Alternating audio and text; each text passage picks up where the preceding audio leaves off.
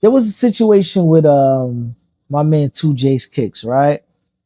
So he did kind of this partnership deal with the shoe surgeon where, you know what I mean, Urban Necessities was his store. This is his store that, you know what I mean, he coveted resell consignment shop. And he was known for being the guy with a plethora of different type of shoes, et cetera, et cetera.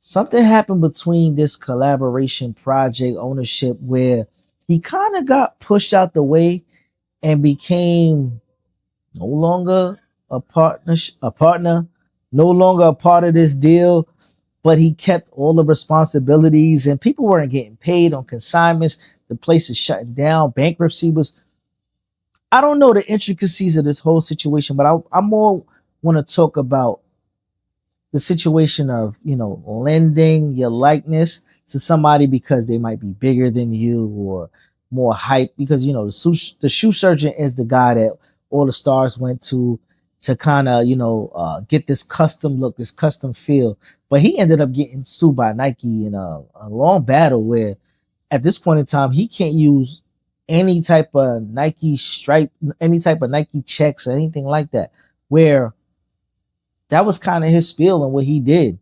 So I don't know if his legal issues bridge into this relationship that they had together, but it's not working well. Where, you know what I mean, let's just take a look and see. I mean, like, what's going on in the store itself. Iconic sneaker destinations in the world. A place that wasn't just about shoes, it was about hustle, second chances, and proving that your past doesn't define your future. That was the vision behind the brand Urban Necessities. Founded by 2J's Kicks or JC Lopez, from homeless to headlines, he turned a suitcase and $40 into a multi-million-dollar sneaker empire. And for the past 10 years, if you've had any involvement or interest in the sneaker or hypebeast world, you know who Urban Necessities and JC Lopez, 2J's Kicks is. But what a lot of people don't know is behind the scenes, a darker story was unfolding. What started as a handshake deal with people that he called his friends quickly turned into a slow, painful death of this company that he built. Suddenly, JC found himself locked out of his own business, completely stripped of control, but at the same time legally responsible for a company that he no longer had access to. What happened to Urban Necessities isn't just about a business dispute, it's a cautionary tale of trust, ownership, and what really happens when paperwork doesn't match promises.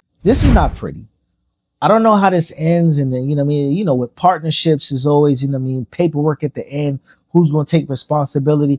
But sometimes it's just a matter of allowing people into the culture. That's the problem. You know, the shoe surgeon's been around and all of that. All right, cool. I'm more talking about people not appreciating the grind and what it really takes to get yourself to a point where you might want to be bigger than life, but you are who you are sometimes. And it's just fine to be that. You know, be the greatest of you rather than trying to be, you know what I mean, over the top. Because sometimes over the top get you in shit like this, where you can't make it out. So now by the time you do get ownership back or your name is tarnished, your business is no longer intact, people don't trust you, people ain't getting paid. This shit is not going to end well. And this is just a matter of time of just allowing people to enter your space. Why we should just think twice about this, man. I'm not really, you know what I mean, with the whole, you know what I mean, lending my business moniker to everybody, because everybody don't think the same, man.